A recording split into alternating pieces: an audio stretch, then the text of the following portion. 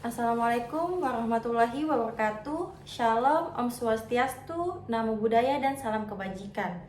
Dewan juri yang saya hormati dan teman-teman sekalian, izinkan saya untuk memperkenalkan diri saya. Perkenalkan, nama saya Beatrice Rianti Dwi Kusuma dari SMA Negeri 1 Sentani sebagai tim pemerintah atau tim pro dan pembicara 1. Mosi yang akan dibawakan kali ini yaitu tentang sebagai negara berkembang dengan potensi maritim, ini tidak akan menggunakan strategi ekonomi biru. Sebelum Dewan Juri yang saya hormati, sebelum saya menyampaikan argumen saya akan menyampaikan apa itu definisi maritim dan definisi ekonomi biru.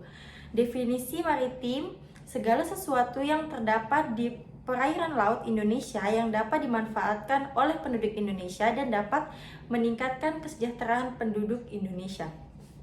Seperti yang kita tahu juga, sebagai bangsa dan negara yang berkembang mempunyai daya maritim yang besar dan perlu diimbangi oleh sumber daya manusia yang berkualitas. Dan Dewan Juri yang saya hormati, kita ketahui bersama juga Indonesia merupakan wilayah kepulauan yang luas, memiliki 17.499 pulau, terpanjang kedua setelah Kanada.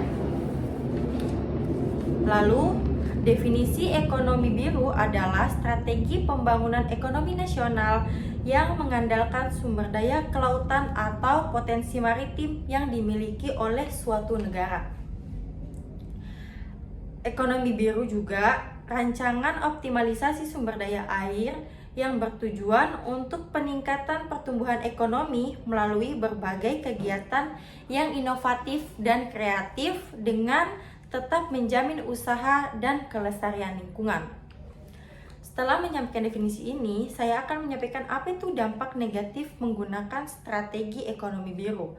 Yang pertama, transportasi air semakin padat tanpa disengaja juga dapat terjadinya pencemaran air. Dari pencemaran air tersebut dapat mengganggu sumber daya alam laut dan mengganggu orang atau penduduk di sekitaran laut serta mengganggu mata pencaharian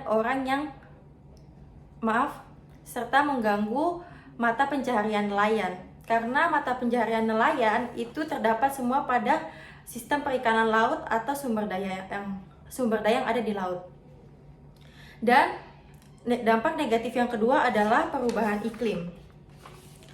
Perubahan iklim dan lingkungan adalah terjadinya perubahan habitat.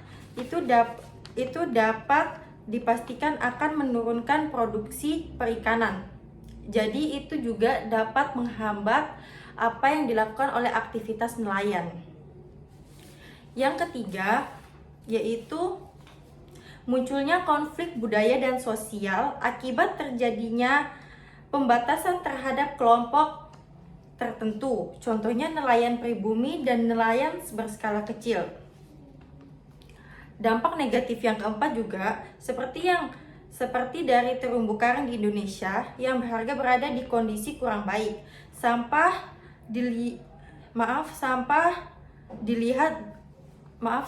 dapat berdampak buruk terhadap sektor wisata, perikanan, logistik, dan ekosistem di Indonesia dengan kerugian mencapai lebih dari 450 juta dolar setiap tahunnya.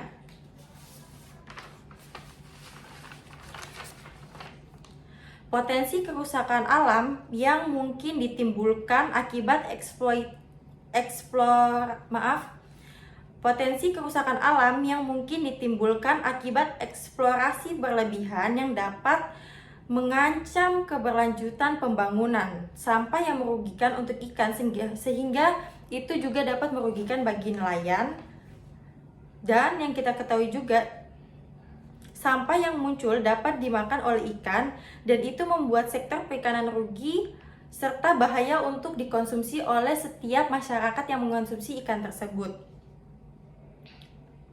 Ekonomi biru ini sangat erat kaitannya dengan sektor-sektor berbasis pariwisata dan adanya sampah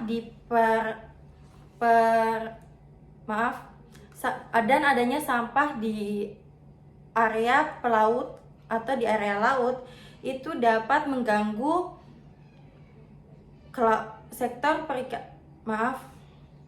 dapat mengganggu pariwisata yang datang dan menurunkan tingkat keinginan pariwisata untuk berkunjung ke sekitaran laut tersebut.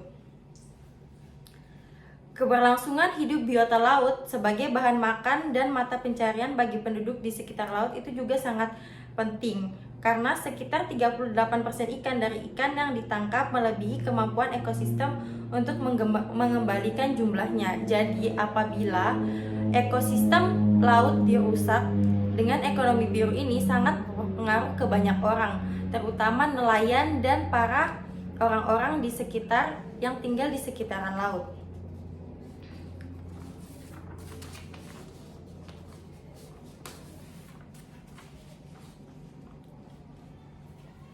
Itu saja yang dapat saya sampaikan.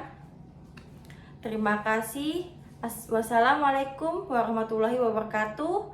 Shalom, Om Swastiastu, Namo Buddhaya, dan salam kebajikan.